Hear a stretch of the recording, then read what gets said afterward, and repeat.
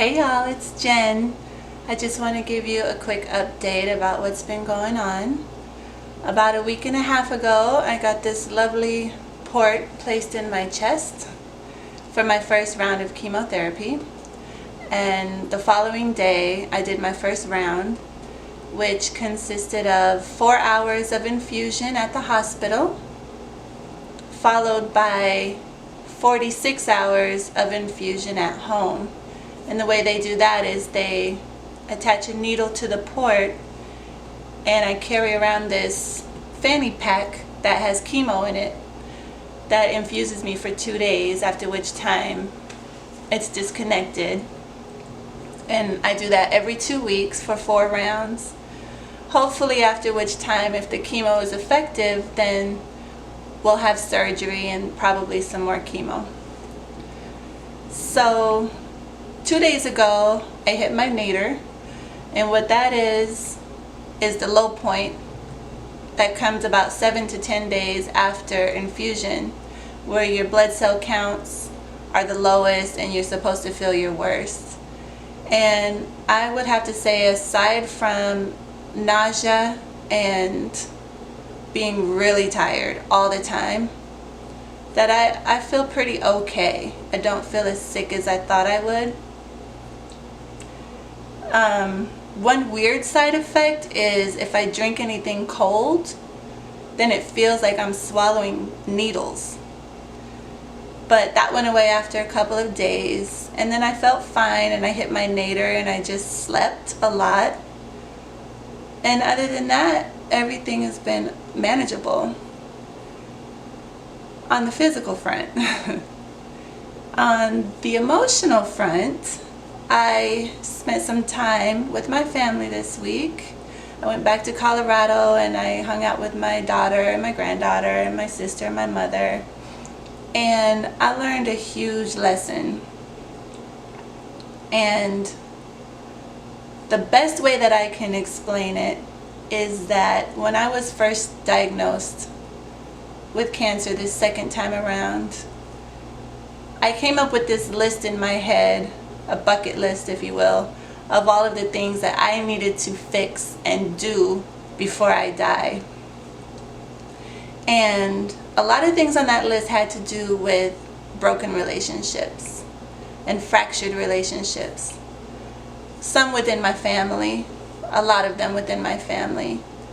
And I've spent the past few months trying to mediate between family members, and we cannot find peace. So I decided that I just have to let go and realize that everything might not be fixed when I die. There might be things that are unresolved and stay unresolved, and there's nothing that I can do about that. So I just have to focus on the good things. Unfortunately, some of the fractured relationships are with my children. Now, my oldest daughter, she's 21. She's having her second child. We get along fine, but I do stay on her a lot because I just don't agree with a lot of the decisions that she makes and the way that those decisions affect my granddaughter. And of course, I was lecturing her all week until she finally said, "Why can't we just enjoy each other? Every time we're alone together, all you do is lecture me, and I just want us to enjoy each other." Which is legitimate.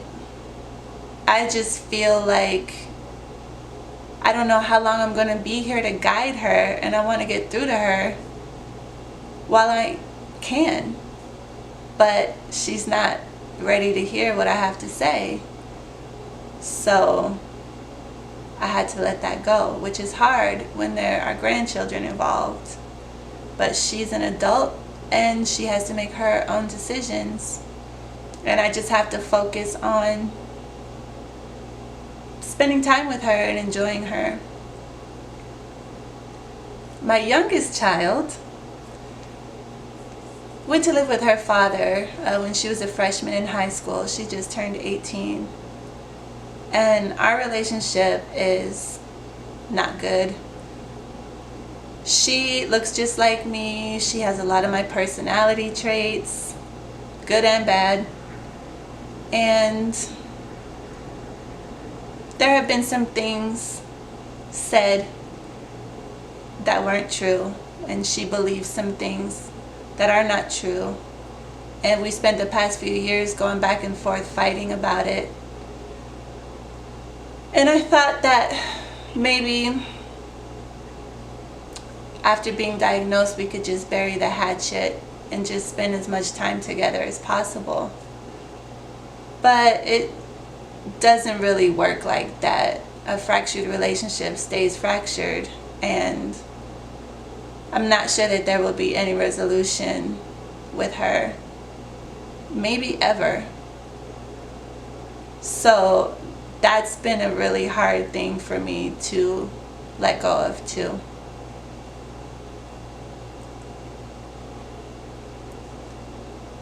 So I'm coming to terms with what I want versus reality, and I just have to focus on the good things and the things which I can control.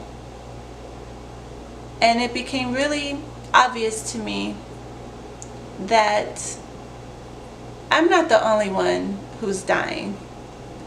We're all dying. And simultaneously, we're all living. We're all doing both of those things.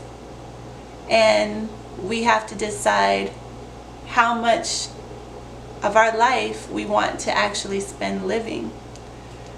And so that's what I've been focusing on. And hopefully things will work themselves out. So I just wanted to give you a little update about what's been going on. My next chemo is in 3 days, and I'll update you then. Thanks for checking in.